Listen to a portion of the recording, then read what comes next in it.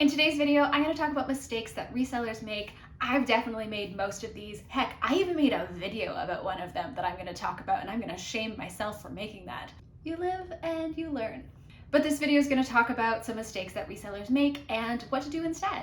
My name is Ashley and I'm a part-time reseller on Poshmark. If you enjoy reseller content, thrift hauls, unboxings, Poshmark tips and tricks, this channel is a great place for you to be, and I would love for you to hit that subscribe button. You're not here for the intro, you're here for the mistakes. You want me to spill the tea? I know, let's go. Mistake number one is spending too much time on non-essential Poshmark activities.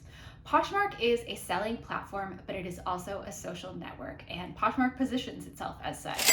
There's things that you can do on Poshmark, and Poshmark loves it because you're spending more time in the app, but some of those things don't actually move your business forward. So the first thing I would say that falls underneath that category is sharing other people's closets. And another thing I would put into that category is following people. When it comes to Poshmark, sharing other people's items is a lovely community gesture, and it definitely helps to share the quote unquote posh love, but it doesn't actually move your business forward in any way. When you first get started on Poshmark and you're excited about it and you're like, I want to become a Poshmark ambassador, and you have a certain number of community shares to reach, you might be spending more time sharing other people's closets, but you can just stop doing that. The other thing I would say is following people. I don't know about you and how you use Poshmark, but I rarely go into my newsfeed. It's not like Instagram or Facebook or another social platform where you spend time in that newsfeed. If I want to buy something on Poshmark, I search for the item, I search for a brand, I go into a specific person's closet who I know I love their aesthetic, and that's how I shop. And I think that's how most people shop on Poshmark. So following people, it's like a nice gesture, but if you have a limited amount of time to spend on your business, sharing other people's closets and following people, those are activities that you can really put to the bottom of your list, if not cut them out at all. Connected to that, the second mistake I would talk about is when it comes to your listings, just setting it and forgetting it. That's what I did when I first joined Poshmark. I joined in June 2019, set up a bunch of listings and just left them there. I didn't realize how important it was to share my own listings. You can't just create a Poshmark listing and forget about it and just let it do the work. Yes, you might get some eyeballs on it, someone might buy it eventually, but it's not going to have the same impact unless you're sharing it yourself on a regular basis. The reason this is because it gets you to the top of the list for an item or a brand when you're sharing it on the regular. So you want to make sure that you're sharing your items regularly in whatever cadence makes sense for you. I personally like to share my whole closet a couple times a day. Other people might have a different cadence. Some people use a virtual assistant or someone to support them in sharing those items, but you can't just set it and forget it. You definitely need to share it. Third mistake, not doing research and just purchasing items because you think they're good. When I was first getting started, this is definitely a mistake that I made. I was still learning Poshmark and I was new to reselling, and when I started thrifting, I went into the store and would see a brand that I knew and liked, and the item looked fine and the price looked good, so I would pick it up. But what I've learned is that it's really important to do your own research and really understand what brands do well, what styles do well, what sizes do well, what are folks looking for in an item. Like, all of these things help to paint a fuller picture of the items that are going to move faster and for a higher profit in your closet. So definitely start to do your own research when you're in the store and looking at items, but then also outside of that, have a look at Poshmark to see what's selling in certain categories. Have a look at different magazines and Instagram feeds and blogs to see what's popular, what styles people enjoy, because all of those things will help you make better choices when it comes to picking items up. I would also have a look at your data to see what has sold well for you historically. Is there a certain category that does really well for you? Are there certain sizes? Being mindful of that is going to help you to make better choices and help your business in the long run. Kind of related to that one, and this one might be a little bit controversial, but I promise I'm not trying to be shady. You don't have to pick up an item just because someone with 20,000 followers said that it was a bolo. I said it. Just because so-and-so made a post or a video or a list and wrote a list of bolos, and then you see that item in the thrift store and it's a jacket from 2007 that is overpriced, it doesn't mean you have to pick it up just because so-and-so said it was a bolo. When it comes to reselling, it's important to Be a sponge, do your research, learn a lot, and get that information for yourself. Take it all in, and then make informed choices that make sense for yourself. The same goes for the opposite. I've been seeing lots of videos lately about brands that folks aren't picking up in 2021, and it's helpful and useful information and interesting to hear other people's mindsets and opinions, but that's all it is. It's just an opinion. This is even just an opinion. Like, you could take what I say with a grain of salt, listen, be like, cool, thanks Ashley for that. I'm gonna do it my way. And that's the amazing thing about running your own business, is that you get to do it your way. So take in the information, listen, absorb, do your research, look at your data, and then figure out what works for you. I love learning about brands from other resellers, what sold videos, thrift with me's, all of that good stuff, because it just gives me more of an awareness of what's out there and what is doing well for other people. But that doesn't inform all of my business decisions. At least it doesn't now. I've definitely picked up brands because so-and-so said it was a bolo, 100%. And some of those items are still sitting in my closet. But I have learned. I've gotten better. And I hope that you will too. With all of the information that's out there when it comes to reselling and Poshmark, you can be such an amazing sponge and take it all in, but then see what makes sense for your business. There might be brands that someone lists as a bolo that you never have access to, or maybe cost too much where you live in order to make a profit.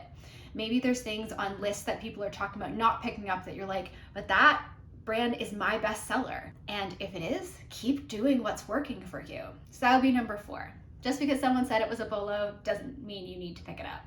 Another mistake I've been guilty of, is not being consistent. And what I mean by that is being consistent with your listing, being consistent with your self-shares, being consistent with your communication. If you're doing activities on a regular basis that help to move your business forward, your business is going to keep moving forward. So that includes listing consistently, that includes sharing your own items, that includes, answering comments and questions and talking to your customers. Doing all those things consistently is going to help your business move forward consistently. And consistency doesn't mean that you need to have these huge astronomical goals or targets that you think you need to hit in order to be successful. Consistency can mean, having a weekly goal, a monthly goal, and just working towards that. For myself, right now, I'm working towards listing more regularly. And so my goal each month is to be listing at least 50 new items, because I've noticed that when I list around 50 new items each month, that is when I have great success in my part-time reseller business.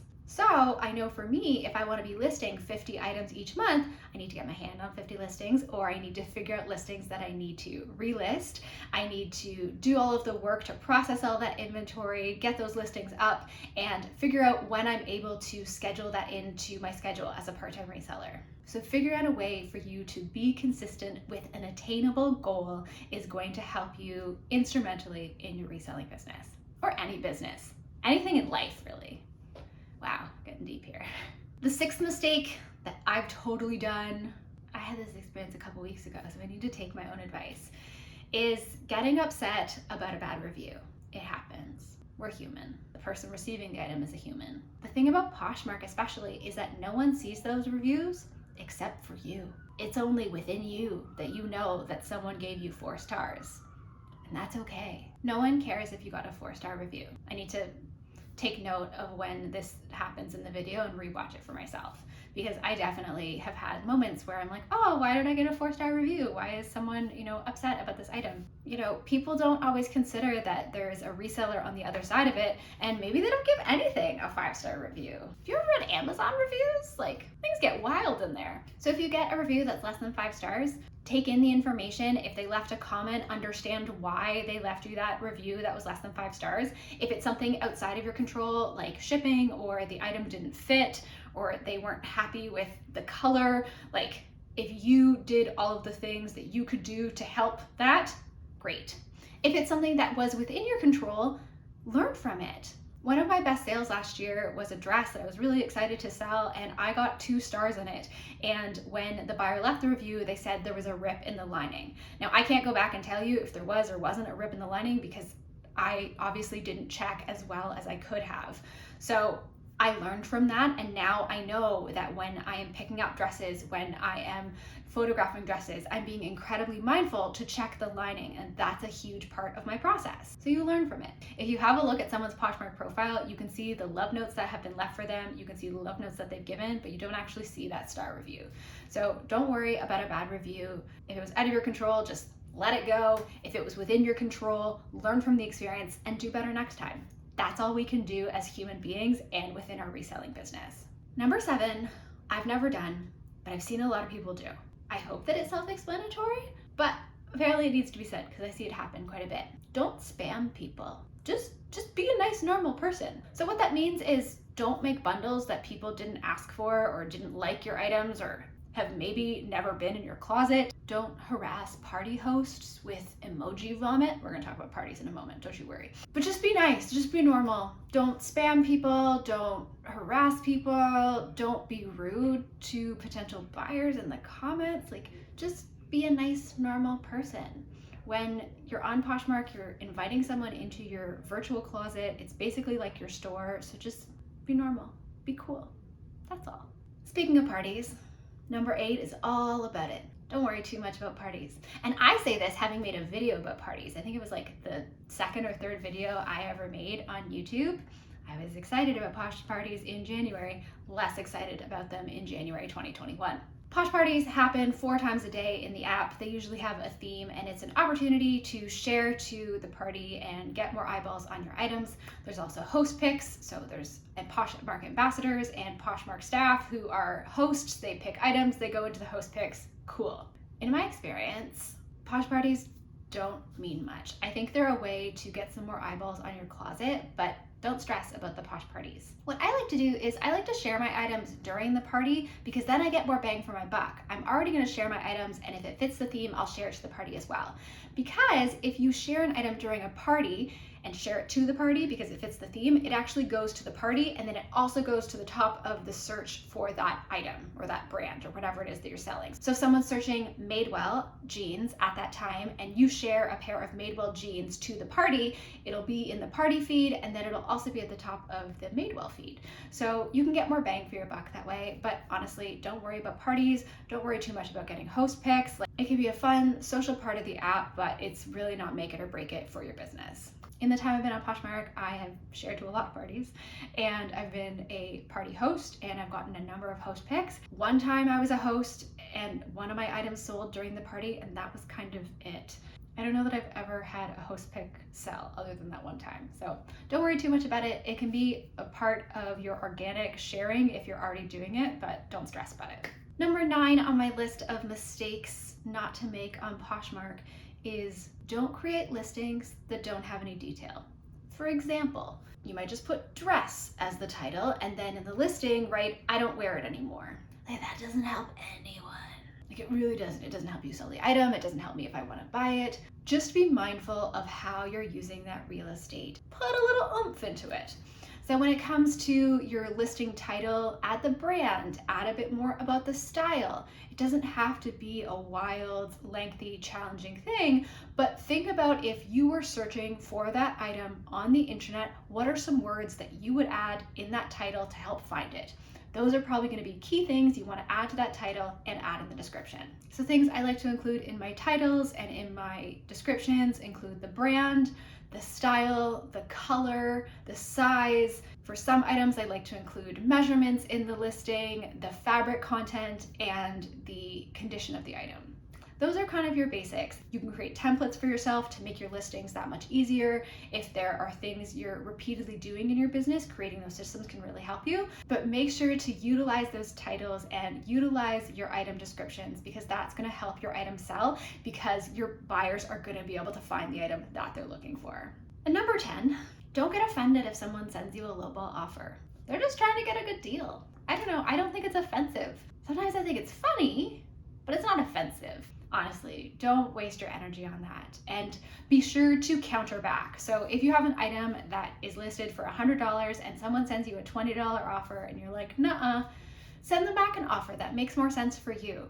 It is a dialogue, it is a process. So there's no need to be insulted. The buyer's just looking to get a good deal. Maybe they're new, maybe they're not new. Maybe they've done this before and gotten a good result. Counter and let it go. Another option would be to start a conversation with that buyer in a bundle and, trying to find a middle ground. They want the item, you want to sell the item. Both of you want the same thing, but you need to find a price that makes sense for both of you. So don't just decline the offer, counter, start a conversation, and utilize the tools that we have available to us to help you make that sale. Those are 10 mistakes I don't want to see resellers making. I know I've made a ton of them. I'm gonna add one more bonus to make this list, really 11. One thing I would say is whether you're at the start of your business, whether you're a little bit more seasoned and have more experience, make sure that you have systems in place, because that is going to help you instrumentally in your business. Systems don't need to be complicated. It doesn't need to be a dirty word. Systems just mean things like having an inventory system. So having a place where your items are safe, where they are protected, where they are easily accessible. So when you sell an item, you know where it is and you know that it's in the condition that you said it was in. Have some sort of list for your items so you know what's in your inventory and you can keep track of things. So maybe that's a Google Sheet, maybe it's Excel, maybe it's a piece of paper or a notebook, whatever that is for you. Having these systems in place is going to help you in huge ways when it comes to your reselling business. And whether you're a part-timer, if you're a full-timer, if you're just starting out, just getting started with those systems will help you so much as your business grows and scales. So that's my bonus tip. Let me know down in the comments which of these mistakes you've made and what you've learned from them. For me, reselling is something that is still new for me, and I am learning and getting better every single day. I'm sure there's things that I'm doing now that, a year from now, 2 years from now, 5 years from now, I'm gonna look back and be like, oh my gosh, I can't believe I did that. But that's okay. We learn, we get better, and we grow and we scale. Figuring out our mistakes and how to get better from them is a big, huge part of that. If you enjoyed this video, please give it a like, and if you're not already subscribed, now would be a good time to do so. Thank you so much for watching, and I hope to see you soon.